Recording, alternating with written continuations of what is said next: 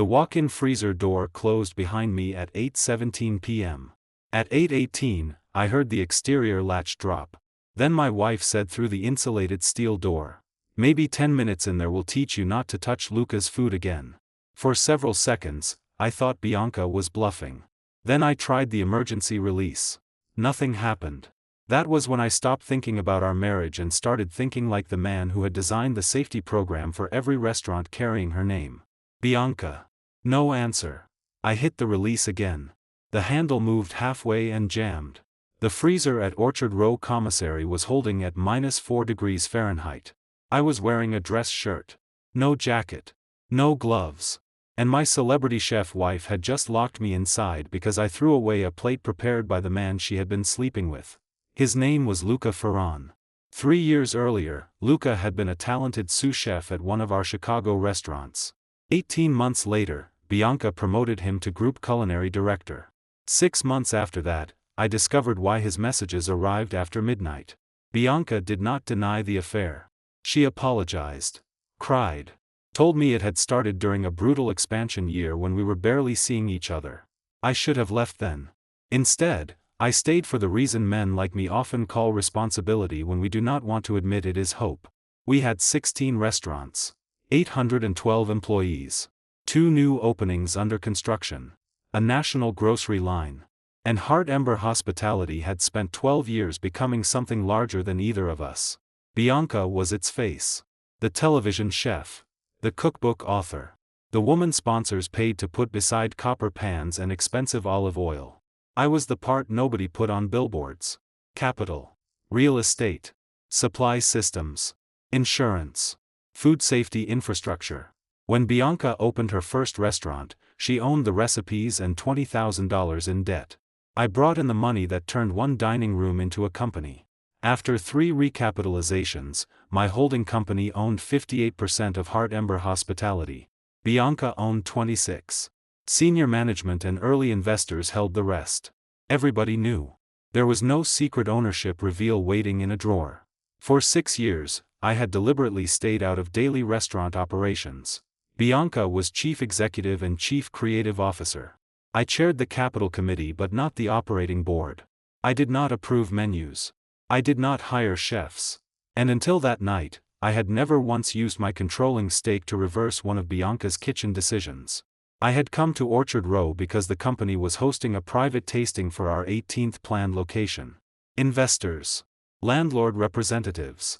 2 food journalists. A potential hotel partner. Bianca wanted the evening perfect. Luca had created the centerpiece dish. Butter-poached langoustine over smoked corn custard with fermented pepper oil. It looked beautiful. It also should never have left the prep counter. I knew that because I watched Luca pull a hotel pan of shellfish from a lowboy refrigerator tagged "Hold, Temp Excursion." The commissary food safety manager, Leah Sandor, had placed the tag there herself. I asked, "Why is he using that?" Leah looked over. Then her face changed. "He shouldn't be." The langoustines had arrived that afternoon. A delivery door fault left one seafood pallet sitting above safe receiving temperature long enough that Leah quarantined it pending disposal. Not because every piece was guaranteed dangerous. Because our HACCP plan did not gamble with shellfish. Bianca saw Leah moving toward Luca. "What's wrong?" Leah said, "That lot is on hold." Luca barely looked up. It was 43 degrees. For too long. It came down immediately. The receiving record put it outside our limit. Luca sighed. "We have 40 guests waiting." Leah said, "Then use the backup product." "There isn't enough thawed." Bianca looked at her. "Is this actually dangerous?" Leah chose her words carefully. "It is outside our approved control limit." "That wasn't my question. It is the only answer that matters under our plan." I almost smiled. That was why I had hired Leah. Bianca did not. Luca tasted it. Leah stared at her. "Tasting does not validate temperature control." Luca said, "I know seafood." Leah answered, "And I control food safety." That should have ended it. Instead Bianca looked at the clock. The tasting menu was already 11 minutes behind. One of the investors had a flight. A reporter was filming short kitchen footage. And Luca's dish was the course Bianca had spent all week calling the future signature plate of the new location. She said, We're not throwing out 20 pounds of premium langoustine over 3 degrees.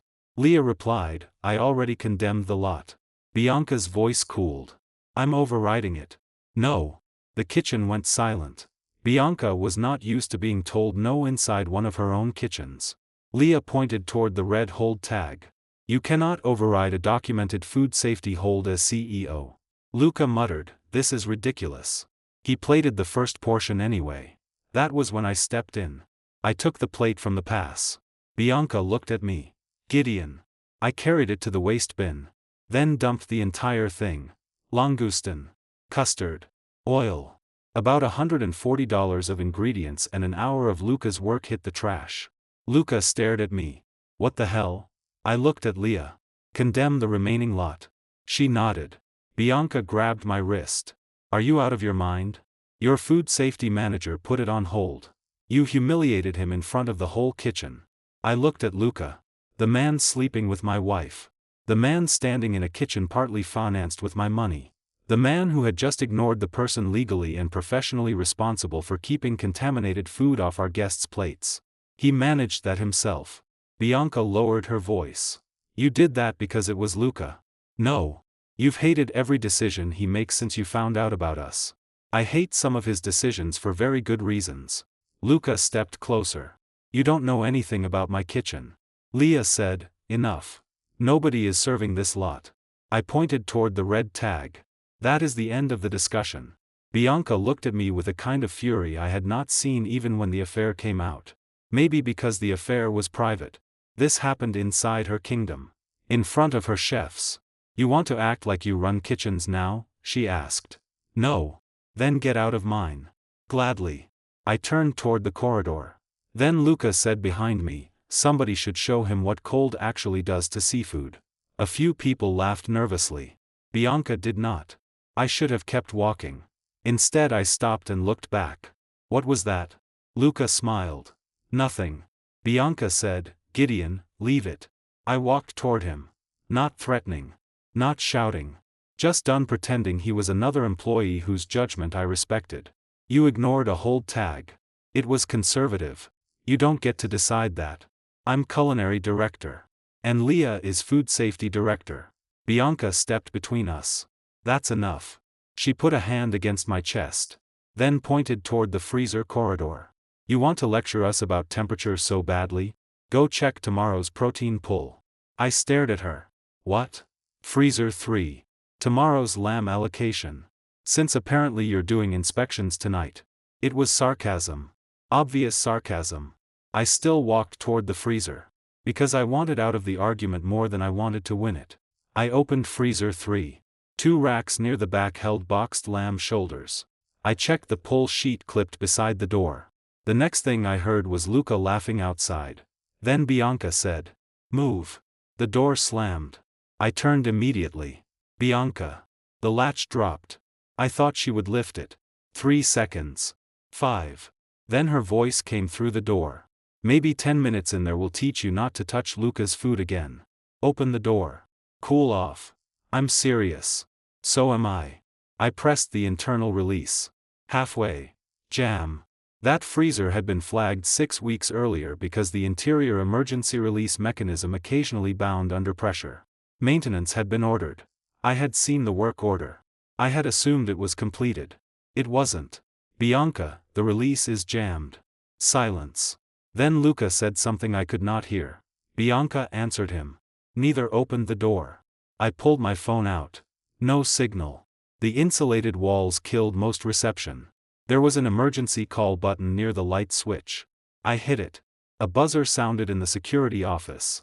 At -4, exposed skin started hurting quickly. I kept moving. Arms. Hands. Legs. I hit the button again. And again. At 8:23, 6 minutes after the door closed, someone finally pulled the latch from outside.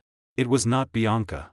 Joel Ferris, the commissary security supervisor, stood there with Leah behind him. What happened? I walked out. Who locked that?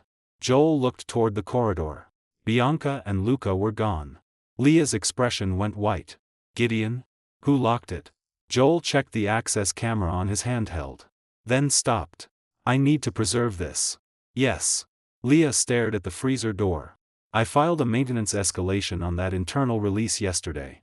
Was the freezer supposed to be in service? It was approved for product storage because external entry was normal. Maintenance said the internal release repair was scheduled tomorrow. Was anyone supposed to enter alone? No. My hands were shaking. Part cold. Part anger. Close the tasting. Leah blinked. What? Not the company. This event. That distinction mattered even then. Stop service from this commissary until the quarantined shellfish is secured and we know nothing from that lot reached a plate. She nodded immediately. I turned to Joel. Preserve corridor video, access logs, freezer alarm records, and this door. Already started. Do not let maintenance touch the release until an independent inspector sees it. Understood. At 8:31, Bianca came back into the corridor. Her face changed when she saw Leah and Joel. Then she looked at me. You're out. Yes. I thought Luca opened it. No. Her expression flickered. That was the first moment she understood what she had actually done. I was gone maybe 5 minutes. 6. Gideon. You knowingly latched a man inside a sub-zero freezer. I thought the release worked. You didn't check. I was angry. I know. I wasn't trying to hurt you. That sentence is going to sound excellent in the incident report. She flinched. Then looked at Leah. Why is service stopped? Leah said, because the seafood lot is condemned. Bianca's jaw tightened. We have guests. Not anymore, I said. She turned on me. You cannot shut down my tasting because we had a fight. No. I held up my phone.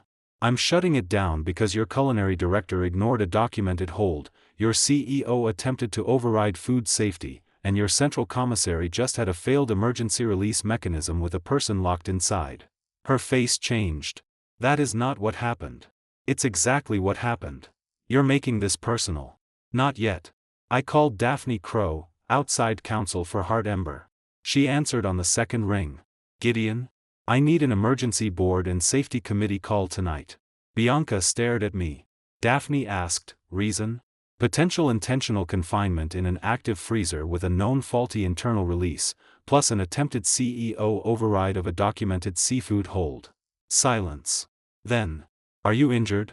No. Where are you? Orchard Row. Do not alter anything. I know. What are you asking the board to do? Heart Ember's emergency control policy was clear.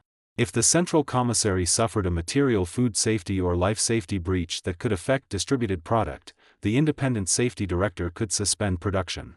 If executive interference compromised that process, the board could expand the suspension across every location dependent on the commissary until traceability and management controls were verified. 14 of our 16 restaurants depended on Orchard Row. So did the grocery line. Bianca had once called that centralized system the engine of her empire. I looked at her. She was still standing beside the freezer where she had left me. I want Leah to invoke the commissary hold, I said. And I want the board to determine whether executive interference requires a company-wide operational shutdown pending independent review. Bianca went still. You wouldn't. I met her eyes. You already did the part one wouldn't. At 9:06 p.m., Orchard Row commissary formally suspended production. At 9:22, the board convened. And before midnight, every Heart Ember restaurant supplied by that kitchen was going to learn whether the woman whose name built the empire had created the one safety crisis capable of stopping it. At 9:22 p.m., the Heart Ember board appeared on my laptop one square at a time. 7 directors. Bianca. Me. Daphne Crow as outside counsel. Leah Sandor from the commissary. And Dr. Martin Ellery, the independent food safety consultant Daphne had called before I even asked. The board chair was Conrad Bellamy, a former hotel executive who had spent 30 years opening restaurants without ever pretending he knew more about microbiology than the people who did. That was one reason I trusted him. He began without ceremony. Leah, operational status. Orchard Row is shut. Since 9:06. Any product leaving the facility? No. Any guests served the quarantined shellfish? We're tracing now. Best information? Leah looked at another screen. The condemned lot was opened by Luca Ferran. One plated portion was discarded by Gideon. We have not identified any portion reaching a guest. Bianca cut in. It didn't. Conrad looked at her. Let Leah answer. Bianca's jaw tightened. Leah continued. Prep camera shows approximately 12 langoustines removed from the quarantined hotel pan. We have visual confirmation of 6 on the plate Gideon discarded. We are reconciling the remainder against waste and prep records. Until you know, I treat the lot as potentially introduced into service. That was the correct answer. Not dramatic. Not reassuring. Correct. Conrad turned to Dr. Ellery. Does one shellfish hold require shutting 14 restaurants? No. Bianca immediately said, thank you. Ellery did not even look at her. A documented lot excursion at a commissary requires containment, traceability, and verification. If the lot never entered distribution, the food safety portion may remain localized. Bianca leaned back. Then Ellery added. The more serious issue is whether management interfered with the safety control system. Her expression changed. Conrad said, explain. Ellery looked at Leah. Was the lot formally placed on hold? Yes. Who has authority to release it? Me or one of 2 designated food safety managers after documented review? Chef Ferran? No. Chief Executive? No. Owner? No. I appreciated that answer. My 58% did not give me microbiological superpowers. Ellery continued. Did Ms. Ashford instruct you to release the lot? She said she was overriding the hold. Did you accept the override? No. Did Mr. Ferran continue using the product? Yes. After being told he could not? Yes. That is a control failure. Bianca said, it was 1 pan in 1 kitchen. Ellery finally looked at her. The size of the pan is not the issue. It matters if we're about to close 14 restaurants. It matters less than whether your organization still has a functioning stop authority. The phrase hit harder after stage, wrong story, don't cross-reference. Fine. Bianca stared at him. Ellery asked Leah, if another chef disagreed with one of your holds tomorrow, would you expect management to back you? Leah hesitated. That hesitation was enough. Bianca saw it too. Leah. Leah looked at her. I would expect the written policy to back me. That isn't what he asked. No. The board went quiet. Conrad turned to me. Now the freezer. I told them exactly what happened. No speech. No speculation about intent. I described the argument. Bianca pointing toward freezer 3. The door closing. The latch. Her saying 10 minutes might teach me not to touch Luca's food. The failed internal release. The emergency call button. Joel opening the door 6 minutes later. Bianca interrupted once. I did not know the release was defective. Daphne said, you'll have time to respond. Bianca folded her arms. Then Joel joined from the security office. He had preserved the corridor feed. Daphne asked whether anyone objected to the board viewing the relevant section. Nobody did. The video had no audio. It did not need much. At 8:17, I entered freezer 3. 9 seconds later, Bianca appeared. Luca stood behind her. She pushed the door closed. Then reached toward the exterior latch. It dropped. She stayed outside for 12 seconds. Luca said something. Bianca answered. Then both walked away. That was the part one had not known. They had not stood outside waiting. They left. At 8:20, Luca returned briefly, looked toward the freezer, then walked away again. At 8:23, Joel and Leah arrived. Joel opened the door. Conrad stopped the video. Bianca. She looked pale. I thought Luca was going to open it. Why? He said he would. Before or after you latched it? After. Did you see him do it? No. Did you verify Gideon was out? No. She looked at me. I thought. Conrad cut her off. This meeting is not about what you hoped somebody else did. Bianca closed her mouth. Ellery asked Leah about the faulty release. She pulled up the maintenance record. The freezer had been inspected 6 weeks earlier after an employee reported stiffness in the emergency mechanism. Maintenance lubricated and adjusted it. 2 days before the tasting, another employee reported intermittent binding. Leah escalated the issue. The maintenance supervisor scheduled a full replacement for the next morning. Until then, the freezer remained approved for product storage under one temporary restriction. No employee entry unless another person remains immediately outside the door. Conrad stared at the document.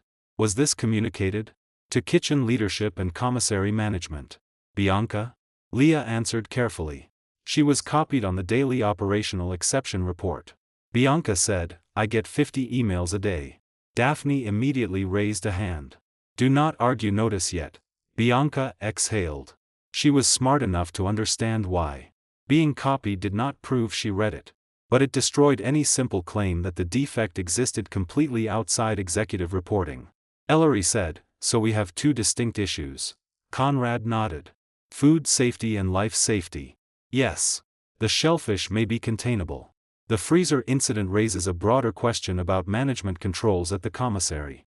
One director, Miriam Cho, asked, why does that justify closing the restaurants? Leah answered before Ellery could. Because Orchard Row produces sauces, proteins, pastry components, stocks, and prepared goods for 14 locations.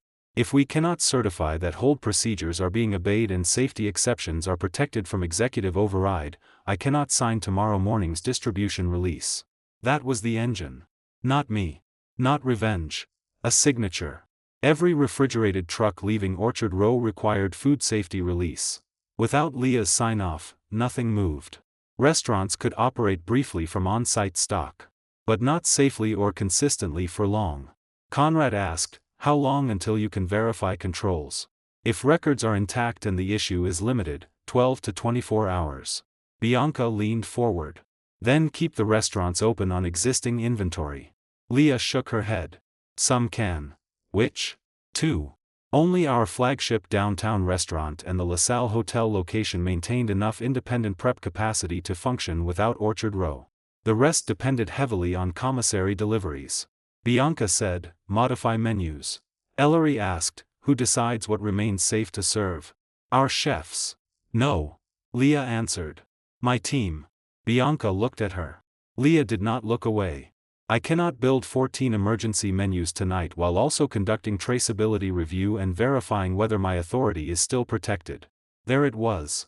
The consequences of undermining the person responsible for safety were larger than one condemned pan. Conrad asked Daphne, board authority? She had the bylaws open. In a material life safety or food safety control failure involving centralized production, the board may suspend affected operations by majority vote. Gideon cannot do it unilaterally as controlling shareholder. He can call the meeting. He can vote his board seat.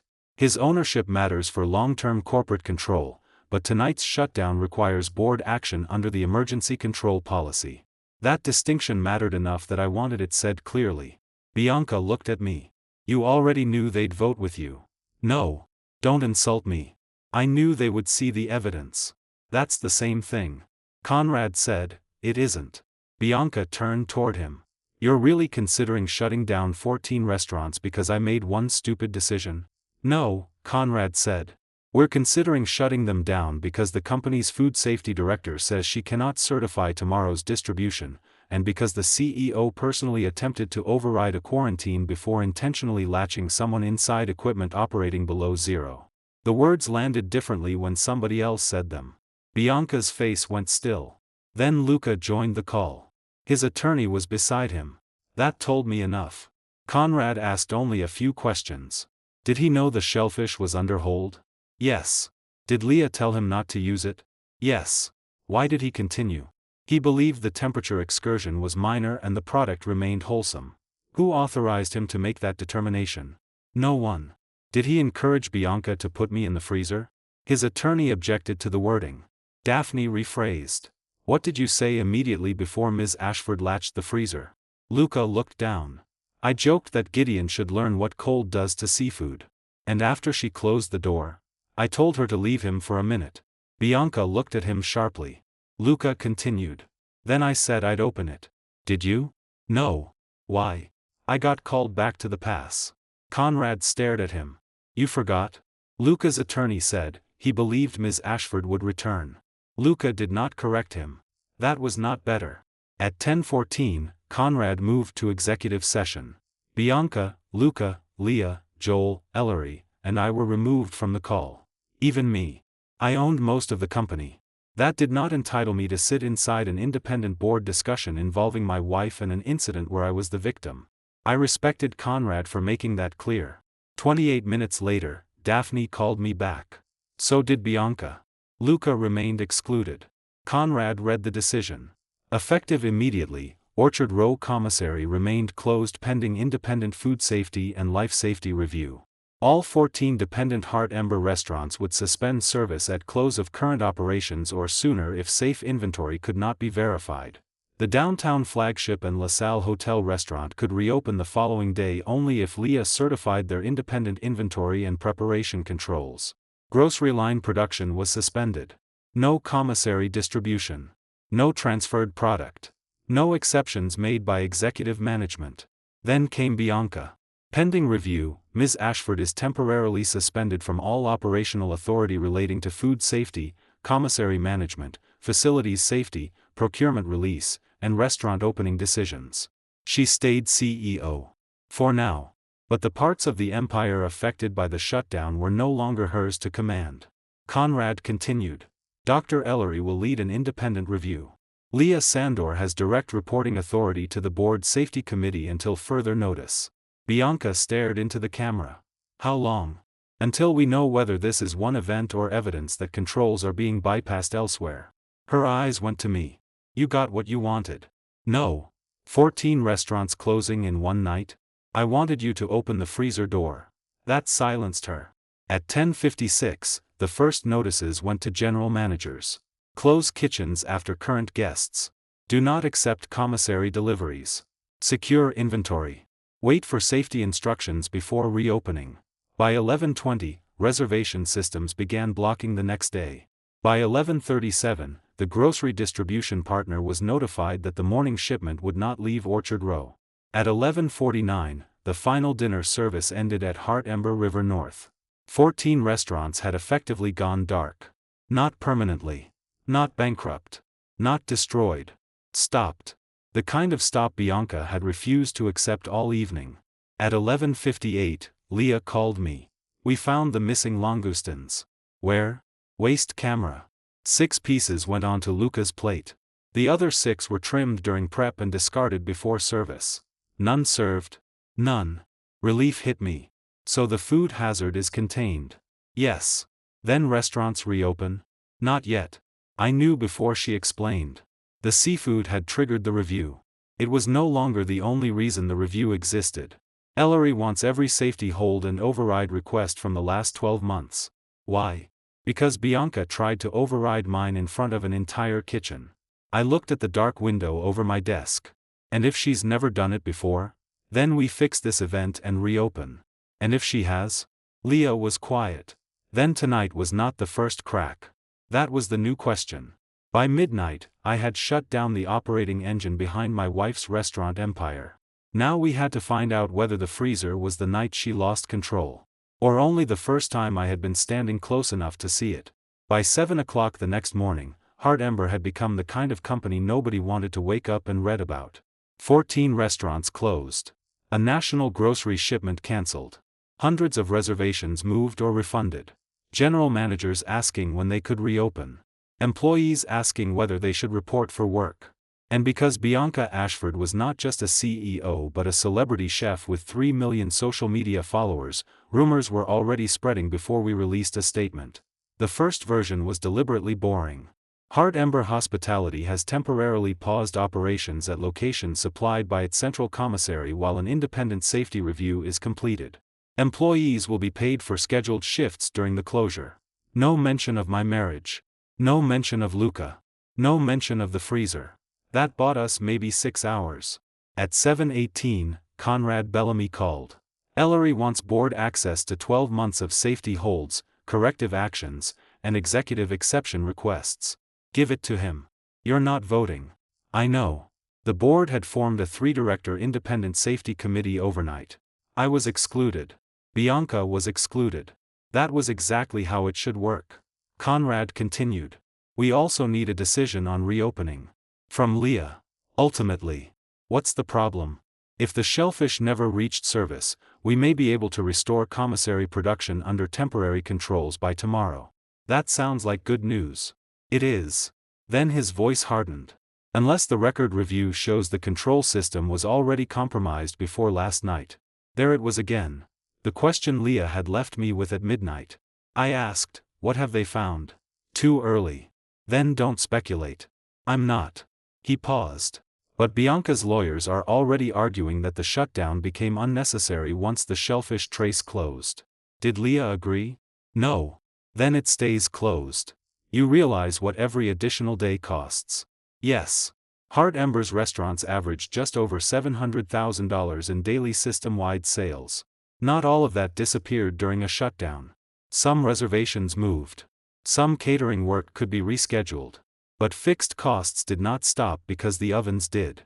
Payroll, rent, insurance, construction obligations, supplier minimums. Every dark day was expensive. That did not make reopening a financial decision. At 8:05, I joined a call with our chief financial officer, Petra Sloan. She had worked with us for 9 years and never once confused an unpleasant number with a catastrophe. We can absorb several days, she said.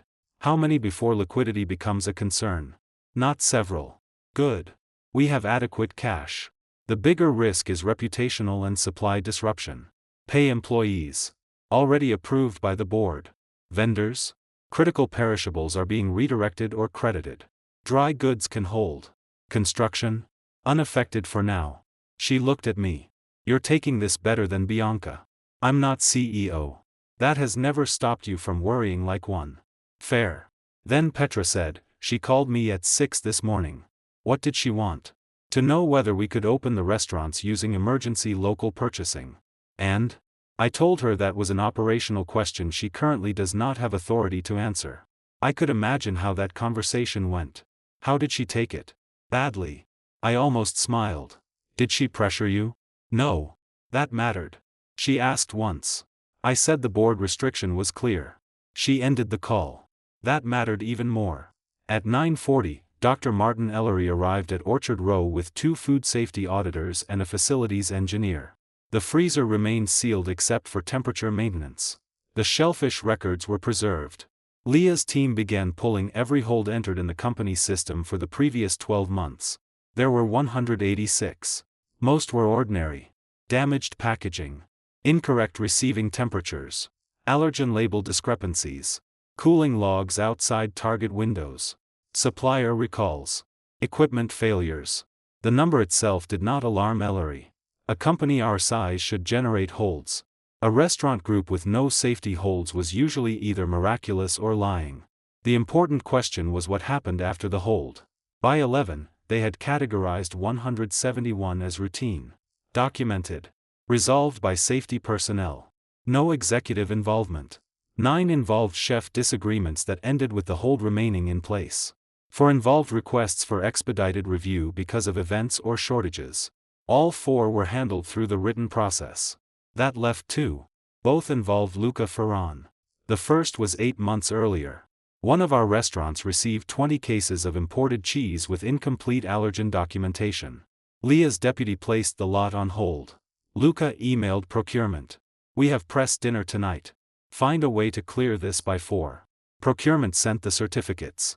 Safety reviewed them. The lot was released properly at 3:22. No violation. Pressure, yes. But the system worked. The second incident was different. 3 months earlier, Orchard Row's blast chiller failed during overnight production. A batch of braised short ribs did not cool within Heart Ember's internal target window. The food safety supervisor on duty ordered the batch discarded. Luca objected. He argued the internal standard was stricter than the local regulatory minimum and requested a review. Also allowed. Then a commissary manager wrote back. Bianca wants this solved without losing tomorrow's banquet prep. Can we use the regulatory limit instead? The safety supervisor refused. The ribs were discarded. Again, no unsafe food served. But Bianca's name had entered the decision. Ellery called her at noon. I learned what she said later. She remembered the banquet. She did not remember personally telling anyone to change the cooling standard. The commissary manager insisted Bianca had said only, "Do we really have to throw all of it out? Check whether there's another compliant option." That was not an override. Not by itself. The manager had translated executive frustration into pressure lower down. The safety supervisor held the line. The system survived. At 12:40, Ellery called me. So far, I do not see a history of Ms. Ashford directly overriding food safety holds. That sounds good. It is. Then why do you sound unhappy? Because I see something adjacent. Luca? Partly. He explained the pattern. Luca had challenged safety staff 7 times in 12 months. Not 7 violations. 7 disputes. Most were reasonable enough to be documented as professional disagreement. He liked to push limits. Ask whether internal standards were conservative. Request alternate testing. Question disposal decisions. Chefs did that sometimes. Ingredients were expensive. Waste hurt margins. A strong culinary director should understand enough food science to ask intelligent questions. The problem was what happened when Luca did not like the answer. He escalates sideways, Ellery said. What does that mean? He rarely asks safety management's boss. He goes to Bianca. I sat straighter. How often? We have 5 documented instances. What did she do? Usually ask safety to explain itself again.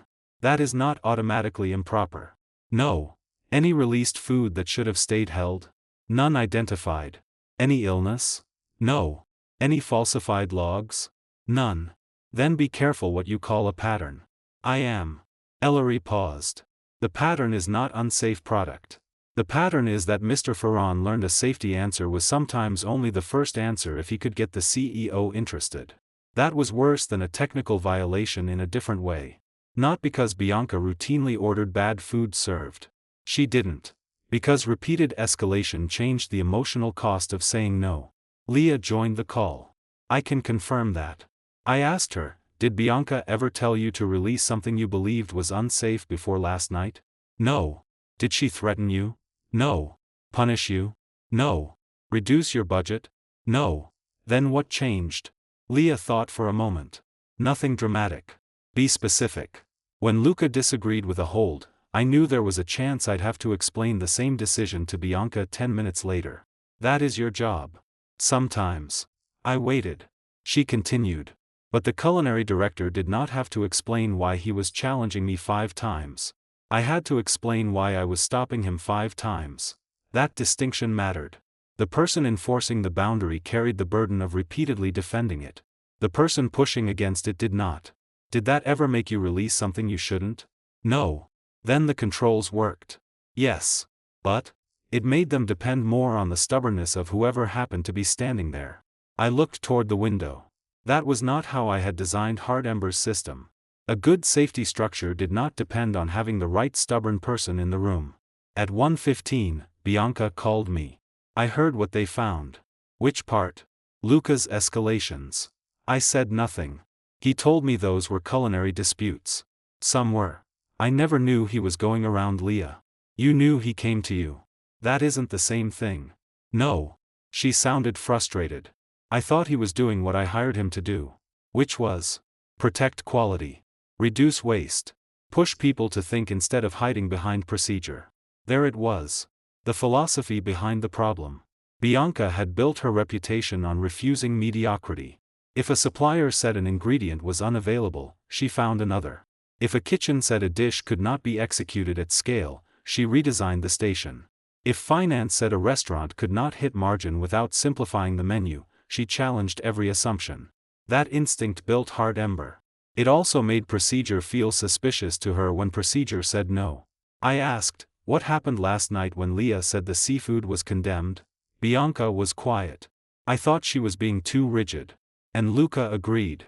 Yes. And because he agreed, you assumed the rule deserved another argument. She did not answer. Bianca. Yes. You weren't protecting food quality. I know. You were protecting Luca from being overruled. Her voice sharpened. That is not fair. Then tell me what was. I thought he was right. Based on what? He said the temperature was 43 degrees. Did you review duration? No. Receiving log? No. Shellfish control plan? No. Then you didn't independently decide he was right. Silence. You trusted him. Yes. That was the first admission that mattered. Not the affair. Not love. Operational trust. She had elevated Luca's judgment until it competed with the people who were actually assigned authority. Bianca said, that does not mean I was letting him serve unsafe food for a year. No one has found that. Then why are we still closed? Because last night you crossed the line the prior incident stopped short of crossing. Her breathing changed. Leah said no. Yes. Luca ignored her. Yes. And I backed him. Yes. Then she said, I'm beginning to understand why she looked at me the way she did. Good. At 2:30, the independent committee made its first reopening decision. The downtown flagship and LaSalle Hotel location could resume dinner service immediately using independently verified on-site inventory. For additional restaurants with sufficient local prep capacity could reopen the next day under temporary restricted menus. The remaining 10 would stay closed until Orchard Row resumed approved production. That decision cut the financial damage without pretending the commissary problem was resolved. Bianca was not allowed to direct the reopening. Neither was I. Leah and Ellery certified each location. By 4, the company announced 6 restaurants would return to service. The market reaction inside our investor group eased. Employees received updated schedules. The empire had not collapsed. It had been interrupted. That was important. Consequences needed to match what actually happened. Then, at 5:16, Ellery found the document that changed the review.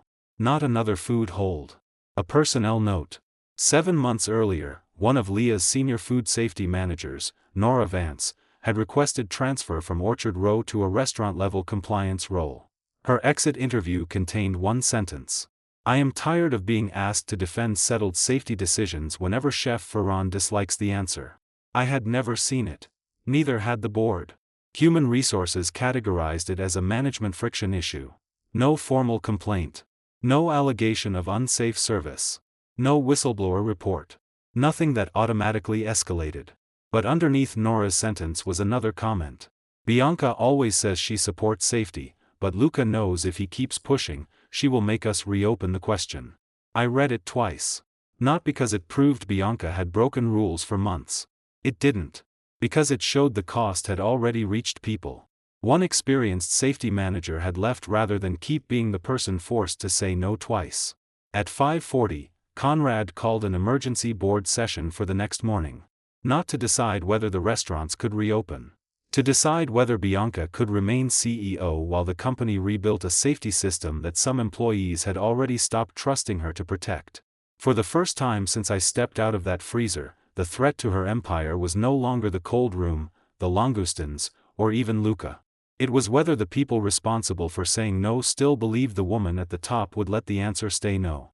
The emergency board session started at 8:30 the next morning. Bianca joined from her apartment. I joined from HeartWarming's corporate office. Neither of us was allowed into executive session until Conrad Bellamy finished reviewing Dr. Ellery's findings. That arrangement irritated Bianca. It reassured me. At 8:47, Conrad brought us in. He did not start with the freezer. He started 12 years earlier. Dr. Ellery believes we have been asking the wrong question. Bianca frowned. What question? Whether you have a history of ignoring safety. I don't. So far, the record supports that. She looked briefly relieved. Conrad continued. But that does not mean the organization around you developed correctly. Ellery shared a timeline. Not of violations. Of exceptions. HeartWarming had opened its second restaurant 11 years earlier. The week before launch, the landlord's mechanical contractor said the kitchen exhaust system could not support the menu Bianca designed. The recommended solution was to remove 2 high heat stations. Bianca refused.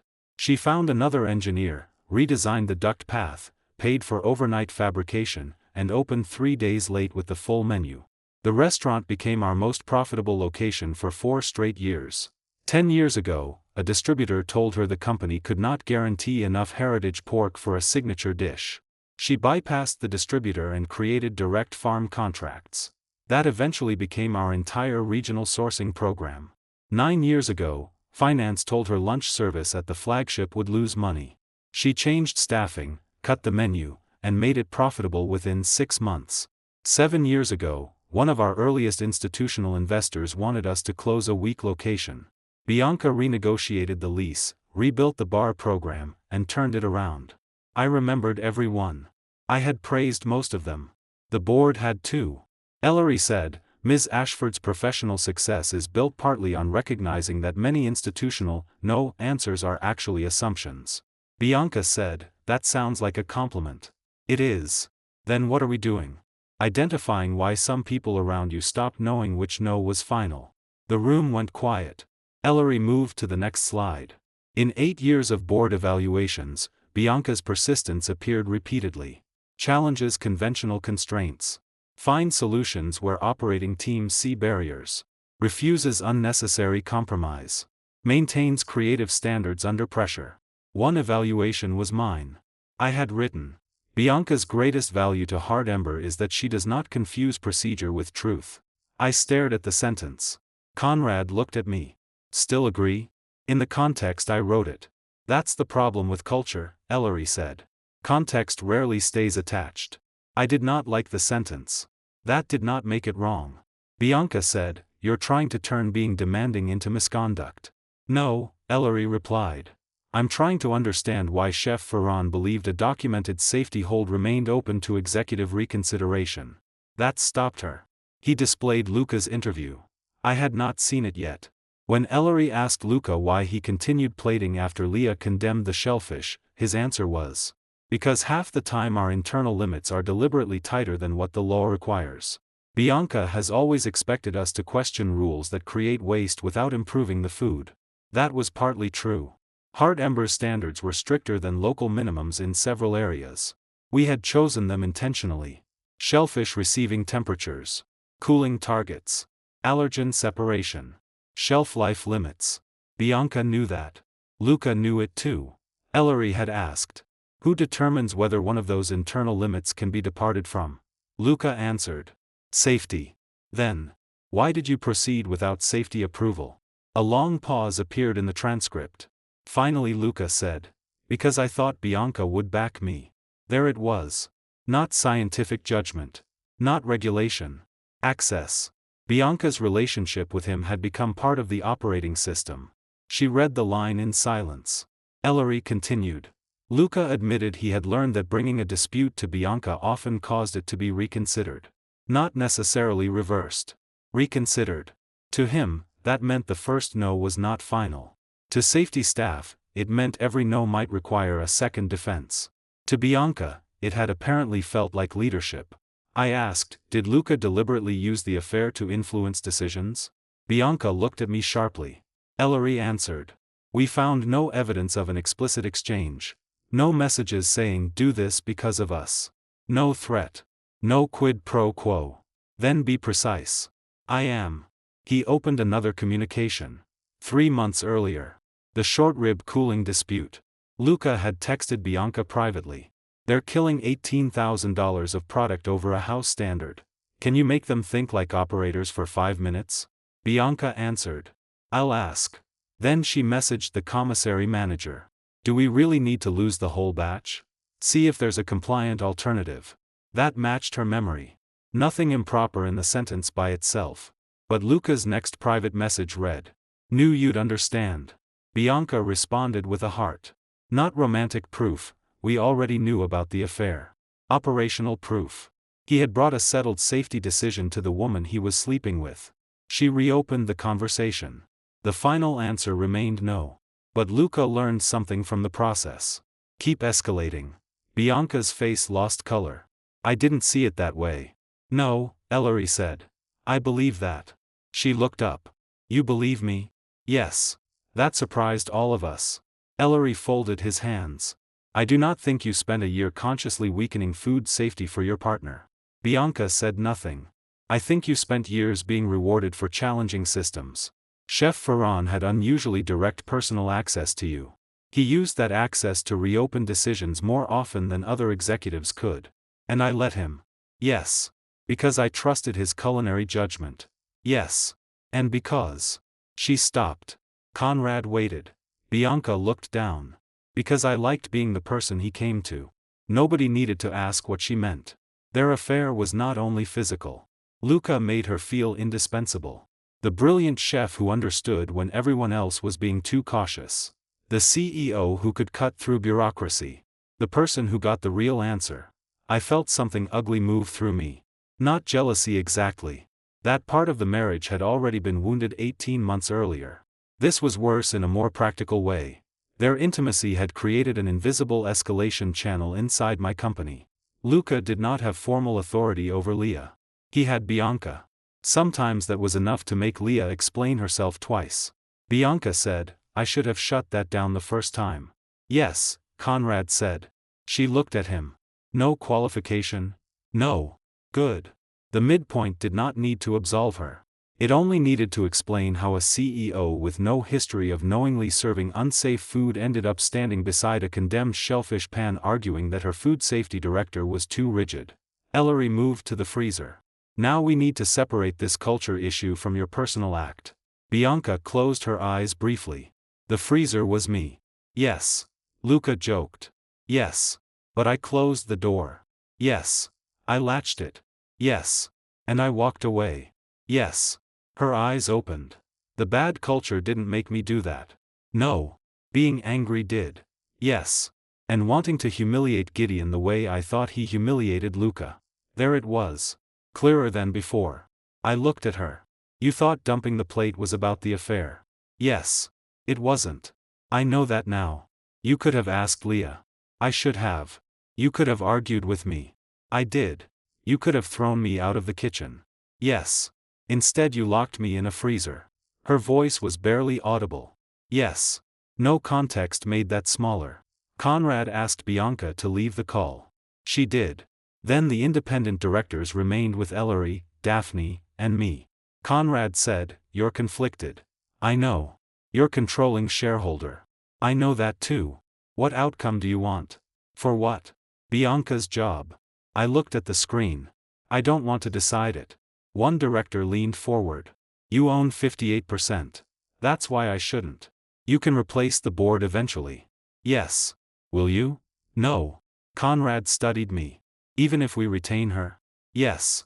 "You're prepared for your wife to remain CEO after intentionally locking you in a defective freezer? If you determine she can still run the company under appropriate restrictions." "That sounds detached." "It's supposed to." I had spent 12 years insisting Hard Ember needed governance strong enough to operate even when Bianca and I disagreed. This was the test. If I used my shares to fire her because I was furious, then every policy we claimed separated ownership from management became theater. I said, "My marriage is mine to decide. Her employment is yours." Conrad nodded once. That was all. At noon, the board brought Bianca back. The decision was not termination. Not yet. She remained CEO on administrative leave for 30 days. During that period, she would have no operating authority. The chief operating officer, Maren Holt, would act as interim CEO. Bianca would permanently lose unilateral authority to intervene in food safety, facilities safety, recall, or compliance decisions. Any future executive challenge to a safety hold would follow a documented appeal route to an independent safety committee. No private escalation. No informal reconsideration. No chef walking into Bianca's office because he disliked Leah's answer. Then Luca. His suspension became termination. Not because he had slept with the CEO. The company had known about the relationship after Bianca disclosed it months earlier, though the board's conflict controls had clearly been inadequate. He was terminated because he knowingly used condemned product after being told not to, ignored the food safety director's authority, and had repeatedly bypassed normal escalation channels through his personal relationship with the CEO. His affair explained access. His conduct ended his employment. Bianca did not defend him. Not once. Conrad then announced that Orchard Row could reopen under Leah's authority after the freezer release was repaired, independent food safety verification was complete, and all commissary leadership completed emergency stop authority training. Target. The following morning. 8 restaurants could resume full menus the same day. The remaining locations would reopen as supply normalized over 48 hours. The empire would come back. Changed. Not destroyed. At 2:10, Bianca called me. "I heard you recused yourself." "Yes. You told them they could keep me." "I told them the decision was theirs." "That isn't the same." "No." She was quiet. Then she said, "They fired Luca." "I know. I didn't fight it." "I know. I wanted to." That surprised me. At first. Why? Because part of me still wanted to say he never would have touched the shellfish if I hadn't made him think I'd protect him. I waited. And then? I realized that was another way of making myself responsible for his choices so I wouldn't have to admit he made them. That was better. Luca was not a puppet. Bianca was not either. He chose to ignore the hold. She chose to back him. She chose the freezer. Different decisions. Different consequences. Bianca said, I'm going to accept the board restrictions if they keep me after leave. Okay. I'm not asking whether you think I should. Good. Then she asked the question that mattered more. Are you coming home tonight? I almost laughed at the wording. It was my house too. But we both knew what she meant. Are you there? Yes. Then no. Silence. Gideon. I can understand why your judgment got distorted at work. I know. I can understand how the company rewarded you for pushing against limits. I know. I can even understand why Luca learned to use you as an appeal route. Her breathing changed. But? You still locked the door. She started crying quietly. Yes. And you walked away. Yes. That part doesn't need an organizational explanation. No. I looked toward the boardroom where 12 years of our company had just been pulled apart and rebuilt into cleaner lines. The business may be able to fix what happened. And us? I don't know. That was the truth. Heartwarming now had a reopening plan. Bianca had a path back to her job. Luca was gone. The food safety system would be stronger than it had been before. But marriage did not have an independent committee that could write a new escalation policy and restore trust by morning. For the first time since the freezer door closed, the company was no longer the biggest problem in front of us. Orchard Row Commissary reopened at 5:30 the next morning. Bianca was not there. Neither was I. Leah Sandor signed the release. That mattered more than either of us standing beside the loading dock for photographs. The freezer's interior emergency mechanism had been replaced overnight. Not repaired. Replaced. The temporary buddy entry restriction became permanent electronic monitoring on every walk-in cold room in the company. If a door remained closed with motion detected inside for more than 60 seconds, an alarm went to security and the kitchen manager. If the emergency release failed to open on the first attempt during daily testing, the unit was locked out from employee entry immediately. Simple controls. Expensive only if someone waited until after an incident to install them. At 5:47, the first refrigerated truck left Orchard Row. By breakfast, 8 Heartwarming restaurants were receiving commissary product again. 4 more reopened for dinner. The final 2 returned the following afternoon after their local managers completed inventory verification. 43 hours after the shutdown began, all 16 restaurants were operating. The empire came back. Without Luca. Without Bianca. And, operationally, without me. I watched the reopening dashboard from Heartwarming's corporate office while Maren Holt ran the morning call. She had been our chief operating officer for 4 years. Competent. Unspectacular.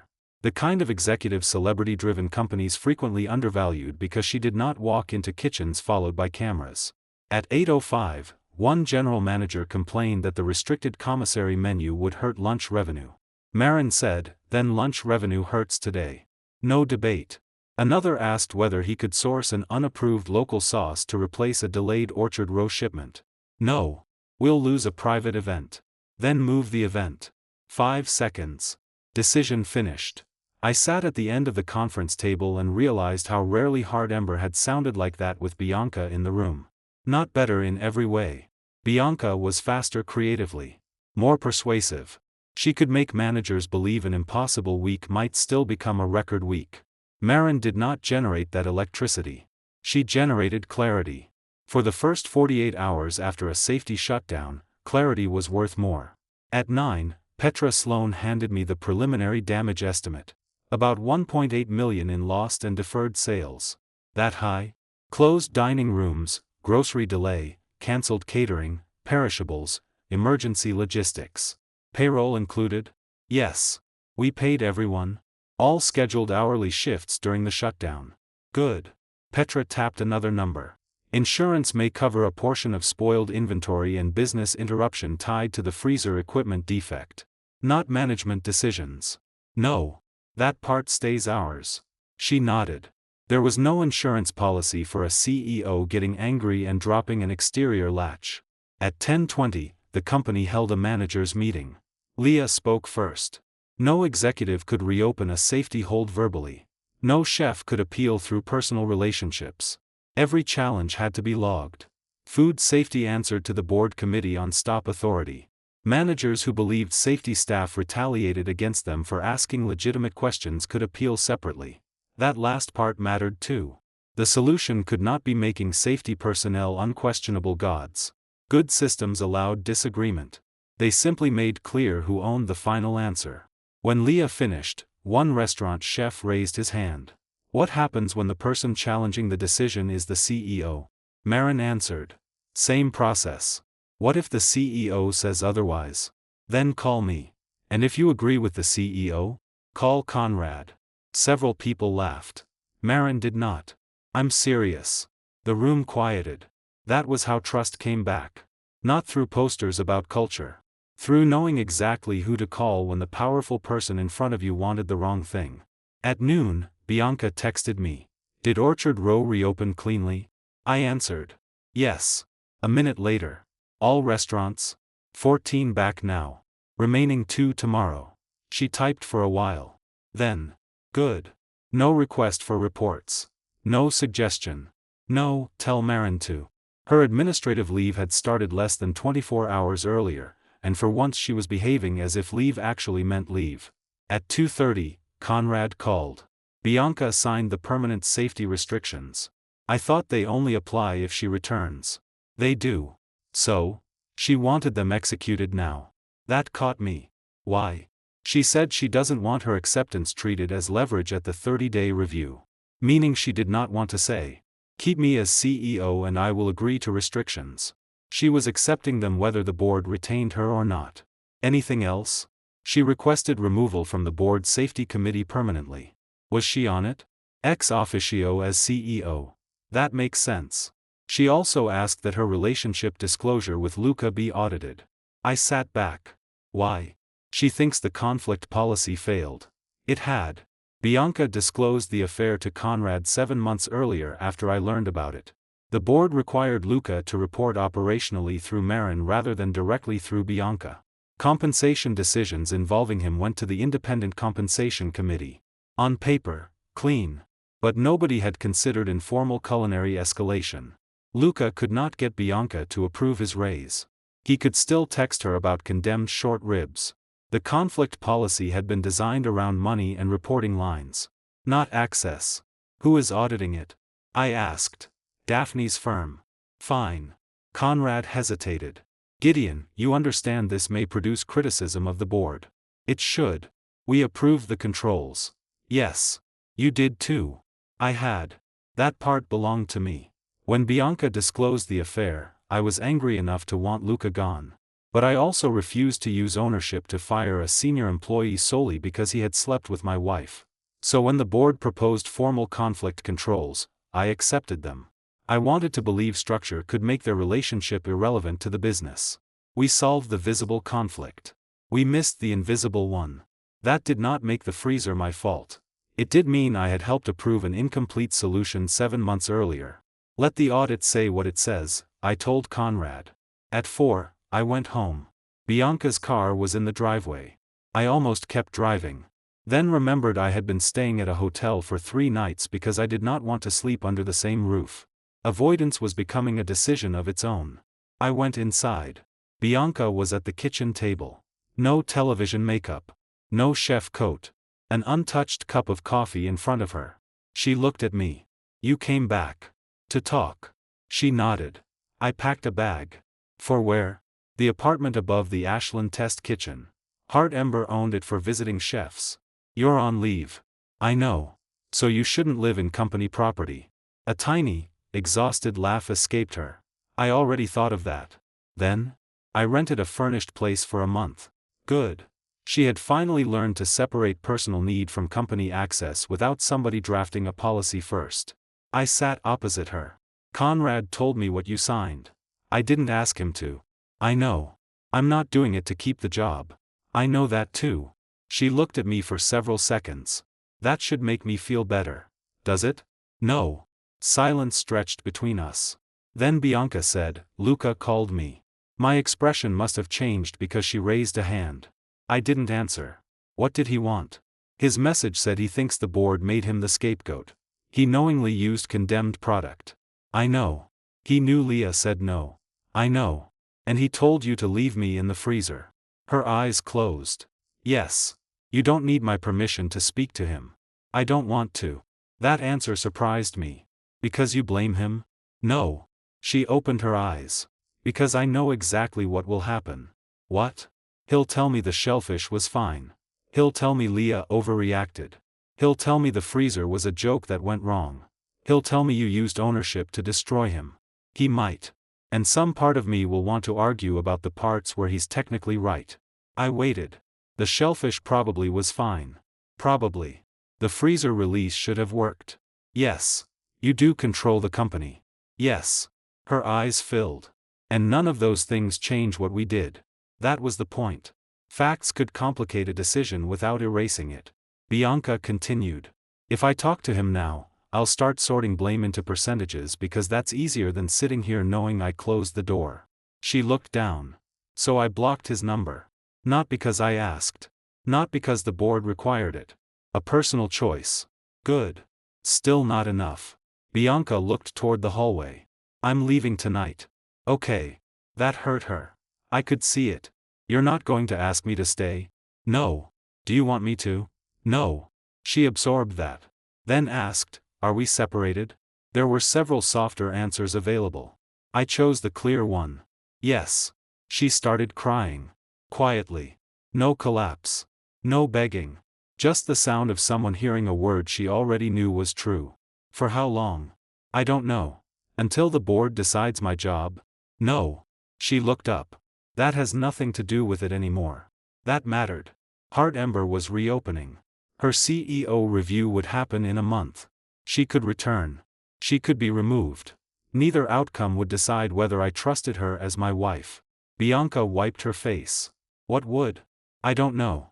Do you still love me? Yes. That made her cry harder. I hated that honesty hurt more than a clean rejection. She whispered, then why does this feel finished? Because love wasn't the thing that opened the freezer door. She stared at me. I continued. Joel did. Her face crumpled. There was no answer to that. She had loved me when she closed it. That was the problem. At 6:15, Bianca carried one suitcase to her car. I did not help. Not to punish her. Because helping would have turned leaving into something we were doing together. We weren't. Before she got in, she looked back at the house. Then at me. I'm going to let the board decide my job. Good. And I'm going to let you decide this. I knew what she meant. Us. No lobbying? I asked. A sad smile crossed her face. I think I've done enough reopening settled decisions. Then she drove away. By the following evening, every Heart Ember restaurant was open. Reservation systems came back. Grocery production restarted under Leah's release. Employees returned to full schedules. The company had lost money. It had not lost the company. Bianca's empire proved it could operate without her for 30 days. What remained to be decided was whether it should ever operate under her again. And whether I should. 30 days passed faster than I expected. Heart Ember did not collapse without Bianca. That was the first fact the board had to confront. The second was harder. It did not improve dramatically without her either. Revenue stabilized after the shutdown. The commissary passed 2 unannounced inspections. Leah Sandor's new escalation system generated 27 logged challenges to food safety decisions in 4 weeks. 24 ended with the original safety decision standing. 3 were modified after documented review. Nobody was fired for asking. Nobody texted Bianca for a private second opinion. Nobody served condemned product. The system worked. Maren Holt, acting CEO, kept the restaurants moving. She negotiated a supplier dispute. Approved the revised opening budget for our Denver location. Delayed one new concept because construction costs came in too high. Nothing spectacular. Nothing reckless. The company discovered it could function without a celebrity standing at the center of every difficult decision. That discovery was healthy. It was also uncomfortable. Bianca had spent 12 years making herself synonymous with Heart Ember. Investors liked her. Landlords liked her. Television producers liked her. Guests booked months ahead because they wanted to eat food attached to her name. Take her out permanently, and we would not simply replace one CEO with another. We would be changing the identity of the company. At 8:30 on the 30th day, the independent board committee met to decide whether she returned. I was not part of the vote. Again. My ownership had not changed. My marriage had not improved. And my conflict had not disappeared simply because a month passed. Conrad Bellamy called me at 11:06. They made a decision. Tell me. They're retaining her. I felt something I could not immediately name. Relief, maybe. Not because I wanted Bianca back in charge of my life. Because losing her company on top of everything else would have made the consequence bigger than the board thought necessary. Conditions? Substantial. Go. She would return as chief executive after one additional week of transition. Marin remained chief operating officer with expanded authority over day-to-day restaurant operations. Leah continued reporting directly to the board safety committee on stop authority matters. Bianca permanently lost any unilateral power to reverse, suspend, or informally reopen food safety, facility safety, recall, workplace safety, or regulatory holds. Any executive appeal had to be written. Any private attempt to bypass the process counted as a disciplinary violation. A repeat could trigger termination. The board also created a standing conflict rule. No senior executive could privately intervene in an operating decision involving a romantic partner, immediate family member, or household member. Not compensation. Not scheduling. Not menu disputes. Not safety. Nothing. Luca made that policy expensive, I said. So did we. Conrad did not dodge. Daphne's audit found the board had treated Bianca's affair primarily as a governance problem around reporting lines and compensation. They had underestimated informal access. I had approved those controls. So had Conrad. That finding would go into the board minutes. No convenient villain. No pretending everything had been obvious in advance. Conrad continued. Bianca also loses her automatic seat on the safety committee permanently. She requested that already. Yes. Anything else? Annual independent compliance review for 2 years. Executive coaching. Formal evaluation at 6 months. I waited. And Luca? Termination stands. Any litigation? He threatened it. Now? His lawyer appears more interested in severance. That was probably where it would end. Luca had little leverage. The hold tag records were clear. The private texts were worse. His relationship with Bianca explained how he gained influence, but his own actions were enough. Conrad asked, "Do you want to know how the vote went?" "No." "Unanimous." I said nothing. "Does that bother you?" "No." "You sound like it might." I looked out the window of my office. "I think it's probably right." "Probably?" "She built most of the company's operating identity." "Yes." "She has no record of knowingly serving unsafe food before this." "Correct." "The new restrictions remove the exact authority she misused." "Yes." "Then firing her would be punishment, not governance." Conrad was quiet. "You've become irritatingly reasonable."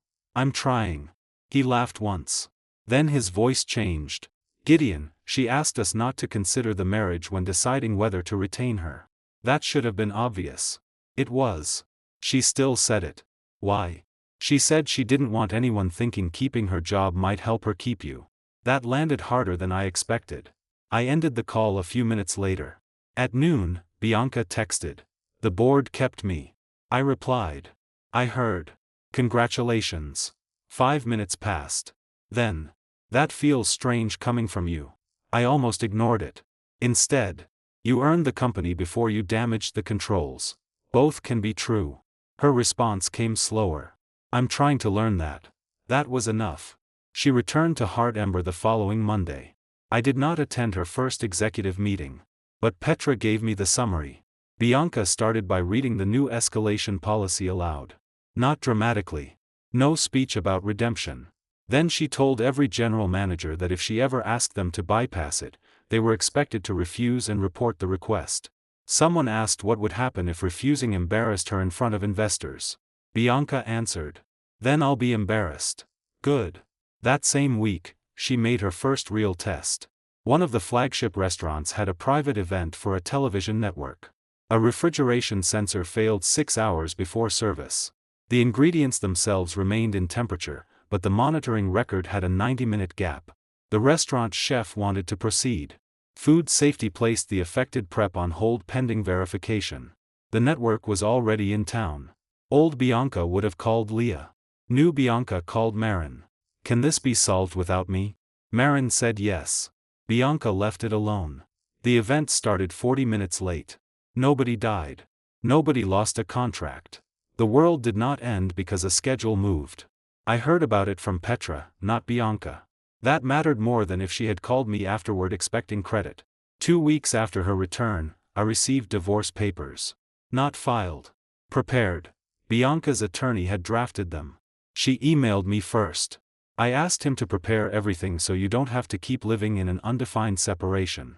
I haven't filed. If you want to review, it's attached.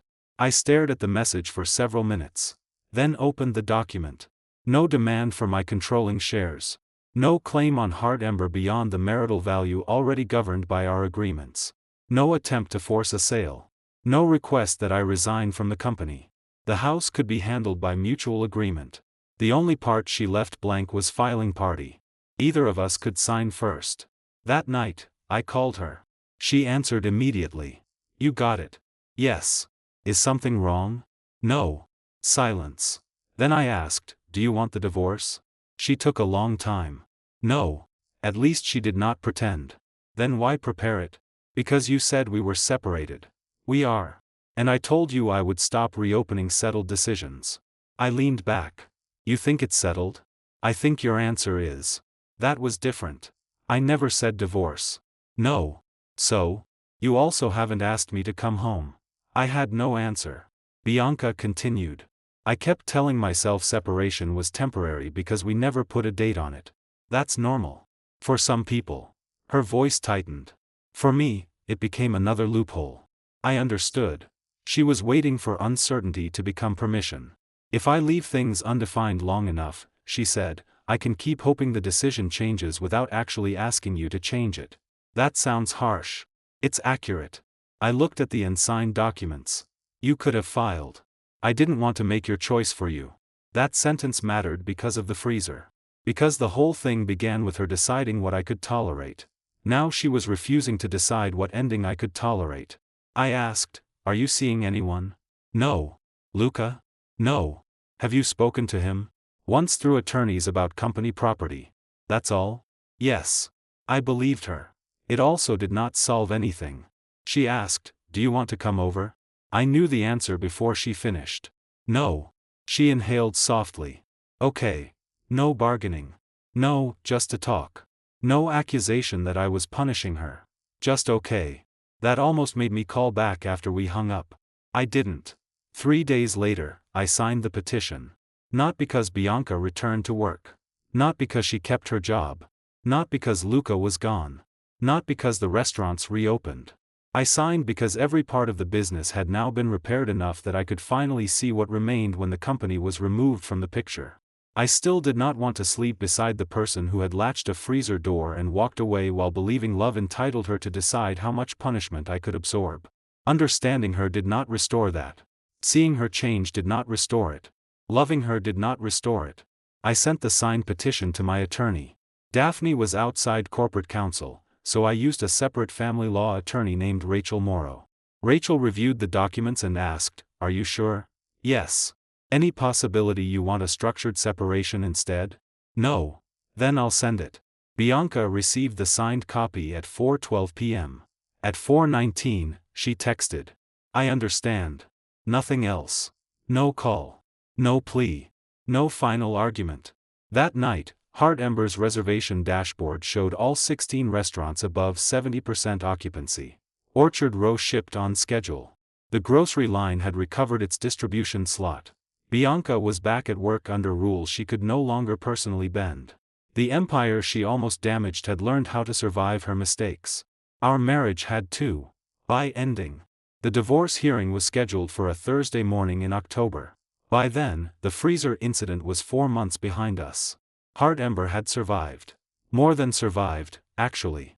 Orchard Row had gone 97 days without a failed release test, undocumented safety appeal, or executive intervention in a stop decision.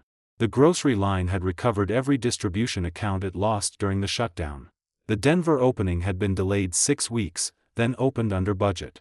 Bianca remained CEO. Luca Ferran was gone. And every restaurant in the company was profitable again except one new location that had never been profitable in the first place. Business had done what business often did after a crisis. It learned. Then it moved. Our marriage had moved too. Just more slowly. Rachel Morrow handled my side of the divorce. Bianca used a family law attorney named Elise Warner. There was surprisingly little to negotiate. The house stayed with me. Bianca kept the apartment she had purchased years before we married and her personal media company. Our investment accounts were divided according to the agreements we already had. Neither of us touched the other's separate assets. Heartwarming was more complicated. Not because Bianca wanted my shares. She didn't. The company itself was largely separate property through my holding structure, though portions of distributions during the marriage still had to be accounted for. The real problem was governance. I still owned 58%. I still held a board seat. I still chaired the capital committee. And once the divorce became final, my ex-wife would continue serving as CEO of a company I could ultimately control through shareholder power. That had not bothered me before the freezer. Now it did. Conrad Bellamy called me 2 weeks before the hearing. "We should talk about your board role. I was going to call you. You resigning?" "Yes." He was quiet. "Because of Bianca? Because she shouldn't have to wonder whether every board decision is really her ex-husband's decision. You're controlling shareholder either way." "I know. So resigning a seat doesn't erase that." "No. But? I don't need to sit in the room too." Conrad considered that. "What about capital? I'm stepping down as chair." "That is more significant." "It should be." For 12 years, Bianca had lived with a contradiction we both pretended did not matter. She ran Heartwarming. I controlled the company that employed her. Most of the time, I did not use that power against her. But the power still existed. When her decisions were good, she knew I approved. When she needed capital, she knew the person chairing the committee was also the man sleeping beside her. When the affair came out, she knew I could have destroyed Luca's career with one shareholder campaign if I wanted to. I didn't. That restraint was real. So was the influence. I said, "My holding company can nominate an independent director." "Who?" "Someone who doesn't come to Thanksgiving." Conrad laughed. "High standard." "I'm serious." "I know." He asked if I planned to sell my stake. "No. Why not? It's a good company." "That simple?" "Economically, yes. And personally?" I looked across my office at the first framed menu Bianca ever printed. I had kept it on the wall for 12 years. I don't need to burn an asset to prove the divorce is real. Good. I also don't need to sit above her operating decisions forever. Conrad agreed. A week later, my holding company nominated former consumer products executive Vanessa Reed to take my board seat. The board approved her. My resignation would become effective the same morning as the divorce hearing. That timing was deliberate. Not dramatic. Clean. At 8 o'clock Thursday morning, before I left for court, I signed the final board resignation. At 8:06, I signed the Capital Committee resignation. At 8:14, Heartwarming's corporate secretary confirmed both. I still owned 58%. I still had normal shareholder rights. But I no longer sat inside the machinery evaluating Bianca's daily performance. At 8:21, she texted me. Conrad told me. I waited. Then another message arrived. "You didn't have to do that." I answered. "I know. Nothing else." The courthouse was quiet when I arrived. Bianca was already there. She wore a cream coat and no makeup beyond what any ordinary person might wear to a meeting. For years, I had watched strangers recognize her in airports, restaurants, hotel lobbies, grocery stores. That morning, a court clerk looked at her twice and then politely pretended not to. Bianca sat beside Elise. I sat beside Rachel. When the judge called our case, we stood. The questions were simple. Did we understand the settlement? Yes. Had either of us been pressured? No. Was there any unresolved property dispute? No. Did either party believe reconciliation was likely? The question hung for half a second. Bianca answered first. No. I said the same. The judge signed at 9:43 a.m. That was the legal end. No dramatic music. No one gasped. Nobody outside the courtroom knew the exact second it happened. We walked into the hallway with 2 stamped copies of the decree. Rachel touched my shoulder. "I'll call you later." Elise said something similar to Bianca. Then both attorneys found reasons to leave us alone. Bianca looked at the papers in my hand. So, you're not on the board anymore?" "No." "Or capital committee?" "No." Her eyes filled. "I found out this morning." "That was intentional." "Why today?" "Because yesterday you were still my wife." She understood. "And today? You run a company I own part of." "Most of." "Yes. But not as my husband." "No." That hurt both of us. I could see it. Bianca looked toward the courthouse window. "Vanessa Reed is good. You know her?" "I met her once." "She won't be easy on you." "Good." I almost smiled. That sounded sincere. It was. Then she looked at me. "I need to ask you one thing." I nodded. This was the one question I had expected eventually. Was there any version where I could have fixed us? I did not answer immediately. Bianca waited. No pressure. No rewording. No second attempt before I had even finished thinking. "I don't know." She swallowed. "That's worse than no. It's more accurate." Did I wait too long? It wasn't about waiting. Then what? I looked at her. "If the freezer door had closed accidentally, we would still be married." She nodded. "If Luca had closed it, and you had opened it, we would probably still be married." Another nod. "If you had closed it and opened it 10 seconds later because you realized how stupid it was, I don't know." Her tears started. "But you left." "Yes." "You walked back toward the kitchen." "Yes. And the part one never got back from was knowing you were angry enough to decide I could stay in there while you went on with your night." Bianca looked down. "I thought Luca would open it." "I know. That doesn't help." "No." She wiped her face. "I think I kept hoping the broken release was the reason this became unforgivable. It made it more dangerous. But it wasn't the reason." "No." Even if the emergency release had worked perfectly, she had still tried to confine me as punishment. The defective mechanism changed the risk. It did not create the decision. Bianca whispered, "I wanted to humiliate you." "Yes. Because you humiliated Luca. That's how you saw it." "Yes.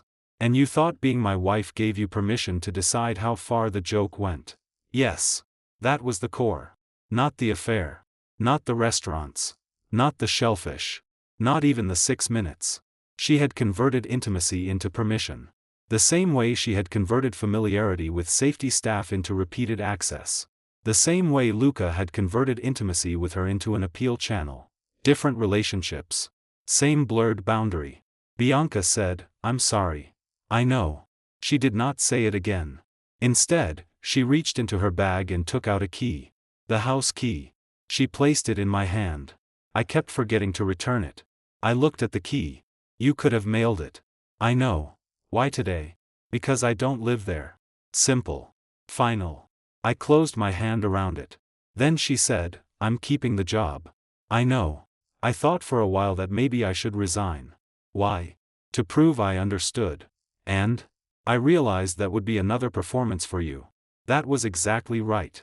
If the board believes I can run Heart Ember under the new structure, then I need to do it well. Yes. And if they fire me someday, that needs to be because I failed at the job. Yes. Not because I'm trying to make my ex-husband believe I've suffered enough. I nodded. That was accountability. Not self-destruction. She picked up her copy of the decree. "Are you keeping your shares?" "Yes." "Does that bother me?" "I was going to ask you." Bianca thought. "No." "Sure. It would have bothered the old version of me." "What changed?" "I know exactly where your authority ends now." I liked that answer. The bylaws. The board. Her employment agreement. My shareholder rights. The safety committee's protected authority. Written boundaries. No more relying on marriage to make blurred lines harmless. We walked together toward the courthouse exit. Outside, 2 photographers were waiting. Someone had leaked the hearing date. Bianca stopped. For one reflexive instant, I expected her publicist instincts to take over. Position us. Control the image. Decide what the moment needed to look like. Instead she turned to me. "Do you want to leave separately?" "Yes." "Okay."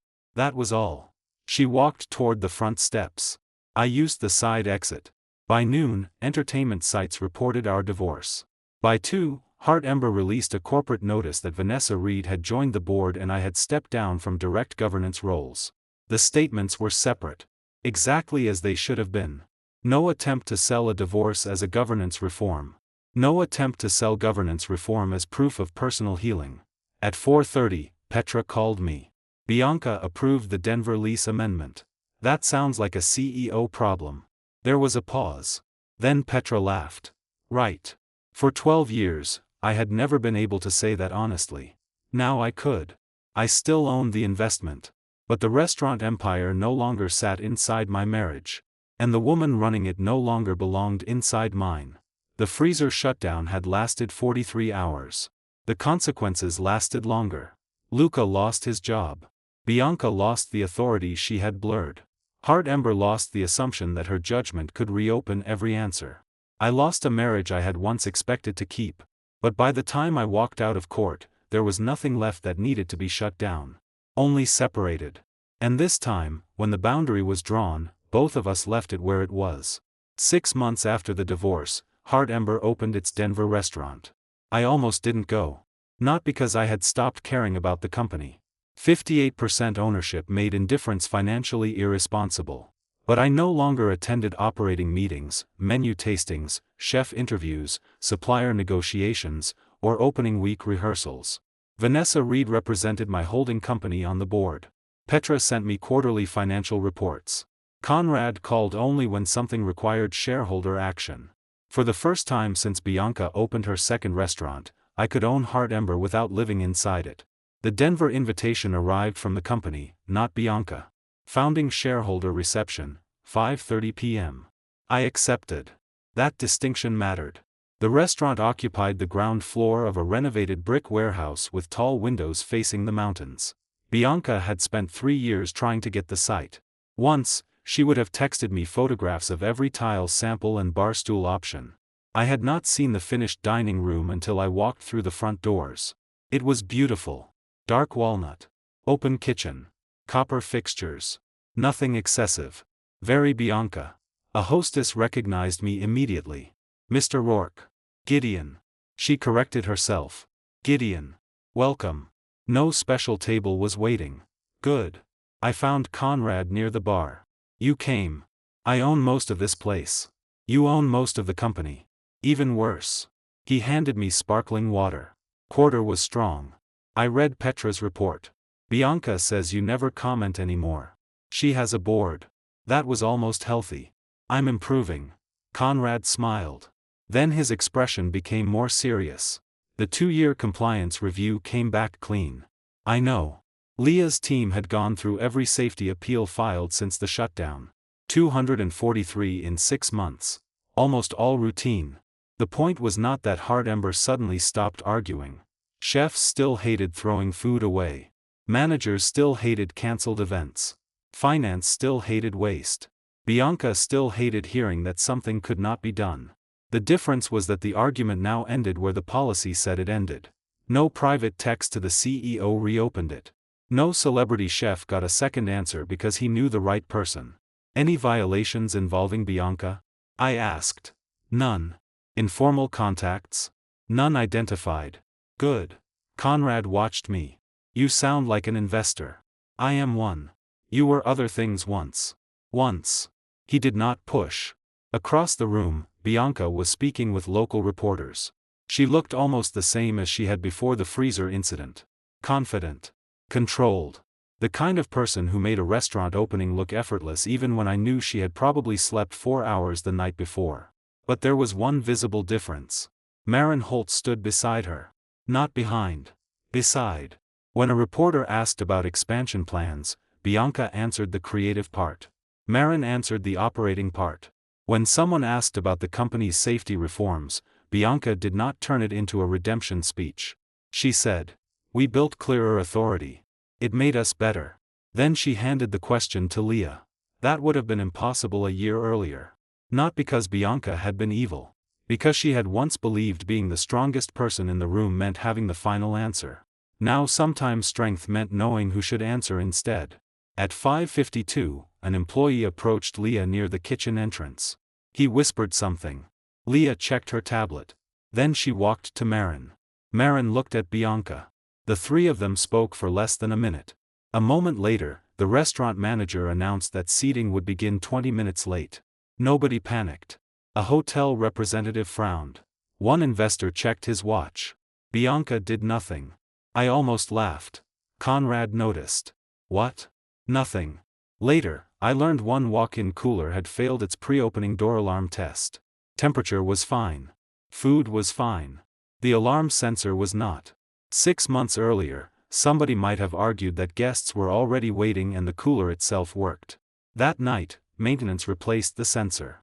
Leah signed the clearance. Doors opened 23 minutes late. Bianca never asked her to hurry. The restaurant still served dinner. Nobody wrote an article about the delay.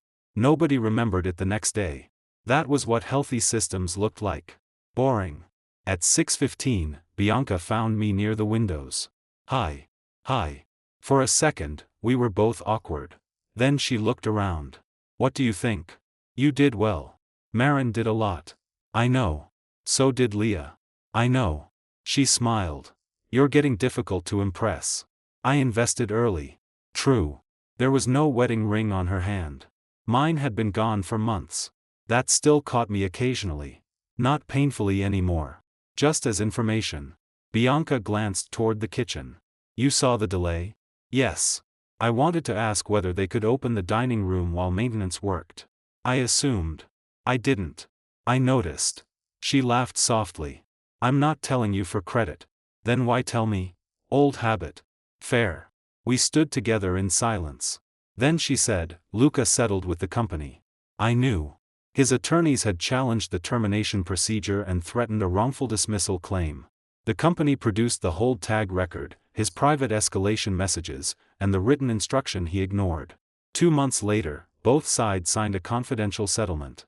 No reinstatement. No return to hard ember.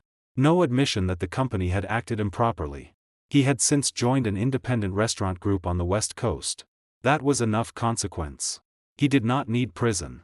He did not need his life destroyed. He lost the position he misused. I heard, I said. He emailed me after. Did you answer? No. Still angry? At him? Yes. Bianca thought. Less than I used to be. Why?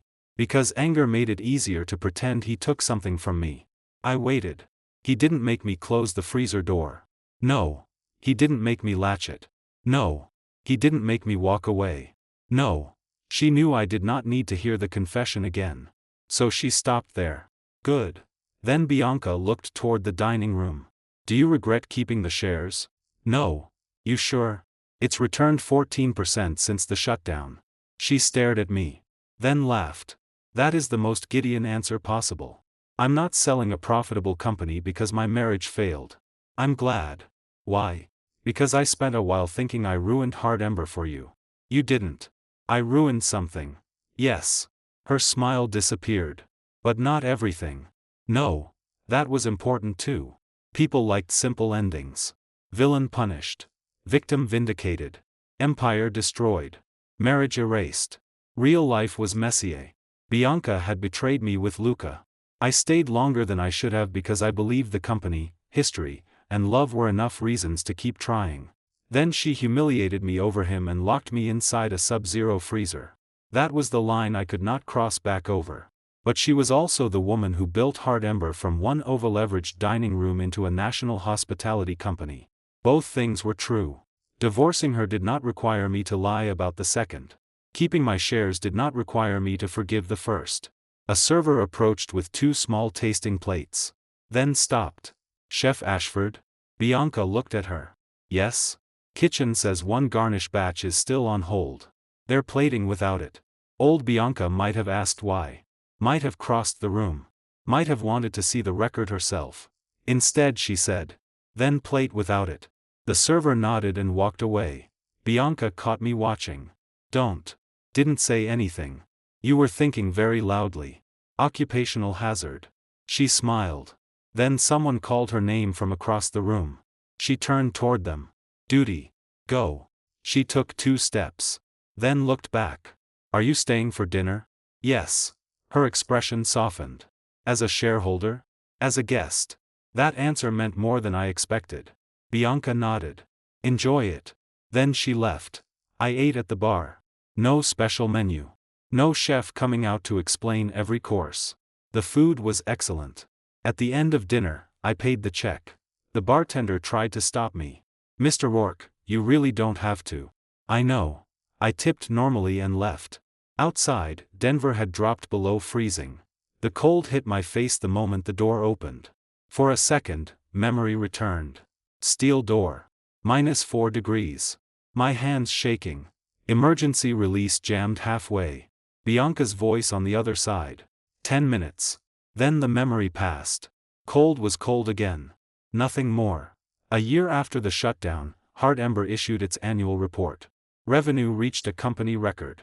The grocery line expanded into 3 additional regional chains. Denver became one of the strongest openings in company history. Bianca remained CEO. Marin remained COO. Leah still reported independently to the board on safety matters. Vanessa Reed was re-elected to the board without opposition from my holding company. I attended the shareholder meeting remotely. When it ended, I closed the laptop and went to lunch somewhere HeartWarming did not own. That felt healthy. Bianca and I exchanged occasional messages. Birthday. Taxes involving an old joint account. Once, she sent me a photograph of a newly installed freezer door at Orchard Row. No caption. I recognized the model immediately. Exterior latch incapable of being engaged while the interior occupancy sensor detected a person inside. Dual emergency release. Automatic security alarm. I stared at the picture. Then replied. Good system. She answered. Should have had it sooner. That was all. No apology attached. No attempt to turn equipment into symbolism. It did not need one. The freezer where she locked me remained in service after the door assembly was replaced. Employees used it every day. Food went in. Food came out. Nobody feared it. That seemed appropriate. We had not destroyed the place where something bad happened.